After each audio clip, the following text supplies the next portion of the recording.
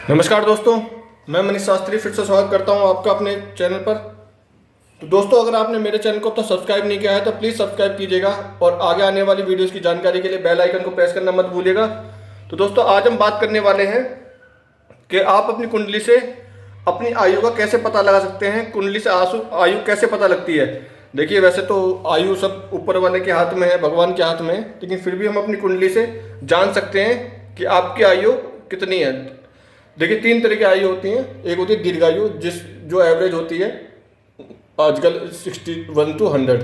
ये दोस्तों दीर्घायु है। ये मध्य आयु होती है 31 से 61 और अल्पायु होती है 0 से 30। ठीक है दोस्तों, तो तीन तरीके की आयु होती है। अब हम बात करते हैं कि इसमें हम कैसे पता लगाएं कुंडली से कि आयु आपकी कितनी होगी। देखिए, सबसे पहले हम एक एग्जाम्पल ले लेते हैं किसी भी राशि का। मान लीजिए कि हमने यहाँ पर सूर्य की राशि, पांचवी सिंह राशि का एग्जाम्पल लेते हैं। तो यहाँ पर होगा 5, 6, 7, 8, 9, 10, 11, 12, 1, 2, 3 और 4। दोस्तों, ये हो जाती है राशियाँ। ठीक है, अब हम बात करते हैं कि इससे कैसे हम पता लगाएंगे कि आपकी आयु इसमें कितनी होने वाली है। ठीक है, देखिए, सबसे पहले अब यहाँ पे आपके लग्नेश कौन हुए। इस राशि के जो मालिक हैं वो राशि के मालिक हुए सूर्य। तो सूर्य जो है वो सबसे पहले 6, 8, 12 में 9, 7 कंडीशन होती हैं इसमें। अल्पायु को हम अल्पायु के बारे में बात कर रहे हैं अभी, जिसमें आयु कम होती है। तो 7 कंडीशन होती हैं। तो इसमें हम देखेंगे कि जो इस सिंह राशि है, सिंह राशि के स्वामी है वो सूर्य हैं, वो 6, 8, 12 में ना हो। मतलब सूर्य यहाँ ना हो, यहाँ ना हो या फिर यहाँ ना हो। देखिए दोस्तों, ठीक है, तो इस तरीके पता लगता है कि सूर्य जो है वो 6, 8, 12 में ना हो। जो आपके लगने से वो 6, 8, 12 में ना होने नहीं होने चाहिए, क्योंकि इससे एक रीज़न बनता है, एक पॉइंट बनता है कि जिससे आपकी अल्पायु का पता लगता है। ठीक है दोस्तों, अब बात करते हैं। देखिए, अब यहाँ पर 8वां भाव कौन सा है। 1, 2, 3, 4, 5, 6, 7, 8। 8वां भाव दोस्तों हो गया ये वाला।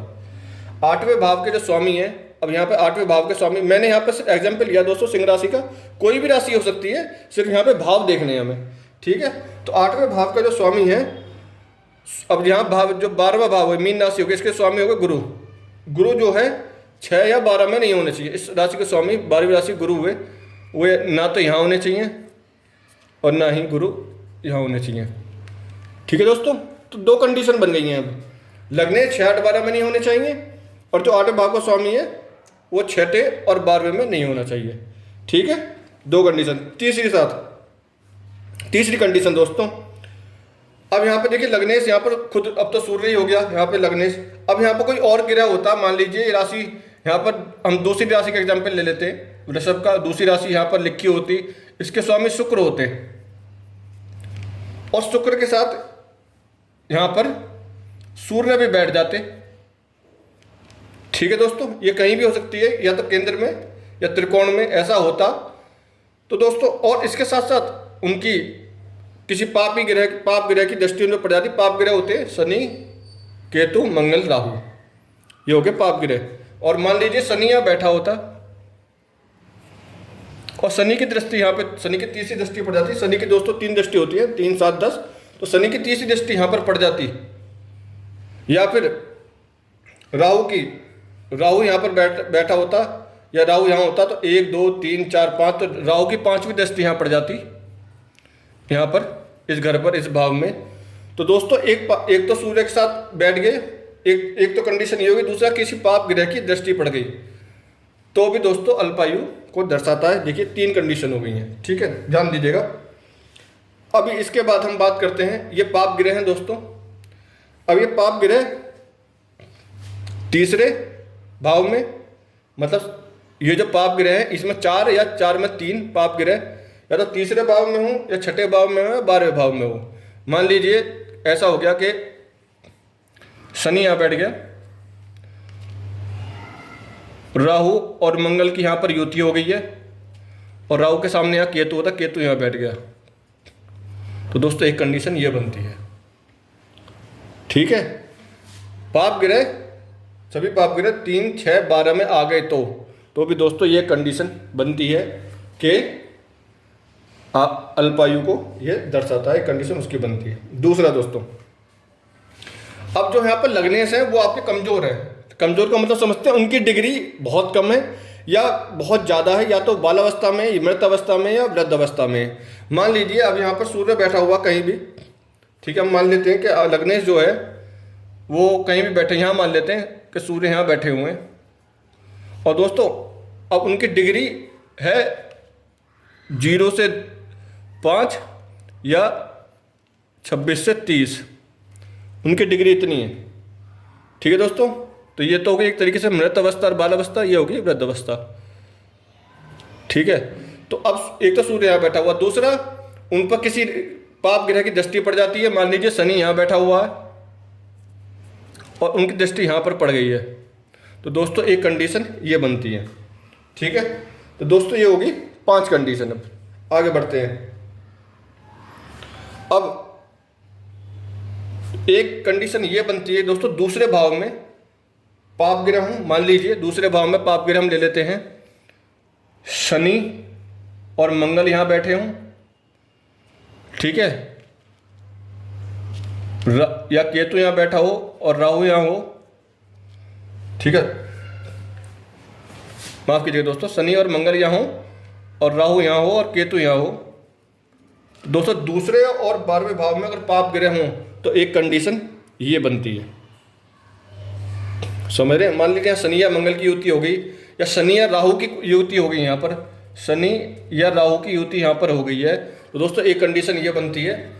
और उसके बाद शनि राहु की हो तो केतु यहाँ होगा। मतलब अगर 4 में से 3 ग्रह भी 2 या 12 में बैठे हुए हैं तो दोस्तों ये भी एक कंडीशन बनती है। ठीक है, अब हम बात करते हैं कि लास्ट कंडीशन की 6 कंडीशन होगी। अब 7वीं कंडीशन की बात करें। 7 कंडीशन में अब मान लीजिए कि चंद्रमा यहाँ बैठा हो, कहीं भी बैठा हो, मान लीजिए चंद्रमा यहाँ बैठा हो और चंद्रमा के साथ सूर्य हो और सूर्य से चंद्रमा अस्त हो गया है, समझ दोस्तों, तो सूर्य चंद्रमा अस्त हो गया है, तो एक कंडीशन तो ये बनती है। इसके साथ साथ इसी में चंद्रमा के साथ राहु या केतु की युति हो, राहु या केतु की युति हो, तो दोस्तों एक कंडीशन ये बनती है जिसमें अल्पायु को आप देख सकते हैं। तो दोस्तों मैंने आपको 7 कंडीशन बताई, 7 में से अगर 5 या 4 कंडीशन बनती हैं तो कहीं ना कहीं ये आपको अल्पायु को दर्शाएगा। ठीक है, अब हम बात कर लेते हैं मध्य और दीर्घायु के बारे में, कि हम कैसे देख सकते हैं कि किस जातक की कितनी आयु होगी। ठीक है, अब हम बात करते हैं। अब जो आपके लग्नेश हैं, हमने यहाँ पे एग्जाम्पल लिया था सूर्य का, जो आपके लग्नेश हैं वो बलवान है, मतलब या तो वो केंद्र में बैठे हुए हैं या त्रिकोण में बैठे हुए हैं और मित्र की राशि में बैठे हुए हैं या ऊंच की राशि में बैठे हुए हैं, वो बल और डिग्री उनकी बढ़िया है। ठीक है, मान लीजिए उनकी डिग्री 10 से 18 के बीच में है। ठीक है, तो पूर्ण अवस्था मानी जाती है इसको। तो अगर वो इस डिग्री में है और वो या तो मध्य में बैठे हुए हैं, मतलब केंद्र में बैठे हुए हैं, या त्रिकोण में बैठे हुए हैं, तो दोस्तों ये जो कंडीशन होती है इसमें आप दीर्घायु को दर्शाता है। इसके साथ साथ एक कंडीशन ये हो गई, इसके साथ साथ एक कंडीशन ये होती है बाकी जो ग्रह हैं वो भी या तो मित्र की राशि में बैठे हों या ऊंच की राशि में बैठे हों। तो दोस्तों इसका मतलब ये है कि ये डेफिनेट है कि फिर आपकी आयु दीर्घायु होगी, आप अच्छे से अपने जीवन को व्यतीत करेंगे सुख समृद्धि के साथ। ठीक है दोस्तों, अब हम बात करते हैं कि यहाँ पर कोई भी राशि हो। अब हमने यहाँ पर राशि की बात नहीं करते, हम भाव की बात करते हैं, घर की बात करते हैं। यहाँ पर कोई भी राशि हो, ठीक है, अब यहाँ पर मंगल बैठा हो 10वें भाव में, 1 2 3 4 5 6 7 8 9 10, 10वें भाव में दोस्तों यहाँ मंगल बैठा हो, तो 10वें भाव में मंगल का दोस्तों एक कंडीशन बनती है दीर्घायु की। ठीक है, दूसरा दोस्तों 9वें भाव में गुरु बैठा हो, एक कंडीशन ये बनती है दीर्घायु की। या इसके अलावा 5वें भाव में चंद्रमा हो, 1 2 3 4 5, 5वें भाव में दोस्तों चंद्रमा हो, तो एक कंडीशन ये बनती है दीर्घायु की। और एक बहुत इंपॉर्टेंट कंडीशन, मान लीजिए अब यहाँ पर दशमेश के साथ लग्नेश बैठा हो, मतलब लग्नेश आपके हो गए सूर्य, दशमेश कौन हुए, दशमेश हो गए यहाँ पर शुक्र, और शुक्र की सूर्य के साथ युति हो जाती है, चाहे वो यहाँ हो केंद्र में हो या फिर त्रिकोण में हो। मान लीजिए यहाँ हो गई युति या सूर्य की शुक्र के साथ यहाँ हो गई युति, तो दोस्तों ये एक दीर्घायु को दर्शाता है। ऐसे ज़्यादातर देखा गया है कि वो काफ़ी लंबी उनकी उम्र होती है, एज होती है। ठीक है, इसके साथ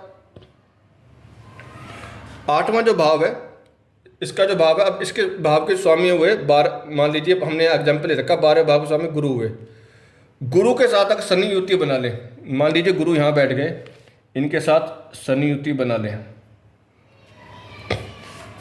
दोस्तों, ये भी एक दीर्घायु को दर्शाता है। ठीक है दोस्तों, इसके अलावा इस घर में कोई भी शुभ ग्रह बैठा हो, शुभ ग्रह मान लीजिए सूर्य हुआ, चंद्रमा या गुरु हुआ या बुद्ध हुआ यहाँ पर, और बुद्ध के साथ यहाँ पर शनि आके बैठ गया, तो दोस्तों ये भी एक दीर्घायु को दर्शाता है। ठीक है, इसके अलावा दोस्तों जितने भी ये शुभ ग्रह हैं, या तो वो अपनी राशि में बैठे हैं या अपने मित्र की राशि में बैठे हैं, तो ऐसे में जातक की दीर्घायु देखी गई है। इसके अलावा मान लीजिए सूर्य यहाँ पर बैठा हुआ है, कहीं भी मान लीजिए आप, मान लीजिए सूर्य यहाँ बैठा हुआ है, और जितने भी बाकी शुभ ग्रह हैं आपके गुरु हुआ, बुध हुआ, शुक्र हुआ, चंद्रमा हुआ, इनकी दृष्टि यहाँ पर पड़ रही है। वो कहीं भी हो सकते हैं, त्रिकोण में यहाँ हो सकते हैं, यहाँ हो सकते हैं, सूर्य यहाँ बैठा हुआ, उनके शुभ ग्रह की दृष्टि, मतलब बाकी 4 ग्रह में 3 ग्रह की दृष्टि भी सूर्य पर पड़ रही है, तो दोस्तों ये भी एक बहुत दीर्घायु को दर्शाता है। इसके अलावा हम बात कर लेते हैं बहुत इंपॉर्टेंट चीज, एक चंद्रमा जो कि अकेला ही बैठ के आपकी उम्र को बहुत लंबा करता है। मान लीजिए चंद्रमा अपनी राशि में बैठा हुआ है, अभी तो देखिए चंद्रमा की राशि चौथी राशि यहाँ पर है, तो चंद्रमा यहाँ बैठा है, अब ये कहीं भी हो सकती है, ये चौथी राशि इधर हो सकती है, यहाँ हो सकती है, यहाँ हो सकती है, और यहाँ कहीं भी अगर चंद्रमा बैठा हो अपनी राशि में, चौथी मान लो ये हो गई, किसी भी जातक की बात कर रहे हैं हम, भाव की बात कर रहे हैं, अगर किसी भी इसमें चंद्रमा बैठा हो अपनी खुद की राशि में, तो दोस्तों वो भी एक लंबी आयु को दर्शाता है, बस उस पर किसी पाप ग्रह की दृष्टि ना हो या युति ना हो। ठीक है दोस्तों, तो दोस्तों वीडियो पसंद आई तो प्लीज़ लाइक कीजिएगा और ज़्यादा से ज़्यादा शेयर कीजिएगा, क्योंकि बहुत इंपॉर्टेंट टॉपिक है। अभी आगे आने वाले टॉपिक और ज़्यादा इंपॉर्टेंट है। अगर आप ये ज्योतिष सीख रहे हैं या फिर अपने एक्सपीरियंस नॉलेज के लिए देखना चाहते हैं, तो बहुत इंपॉर्टेंट चीज़ आने वाली दोस्तों, तो प्लीज़ लाइक कीजिएगा दोस्तों। Thank you.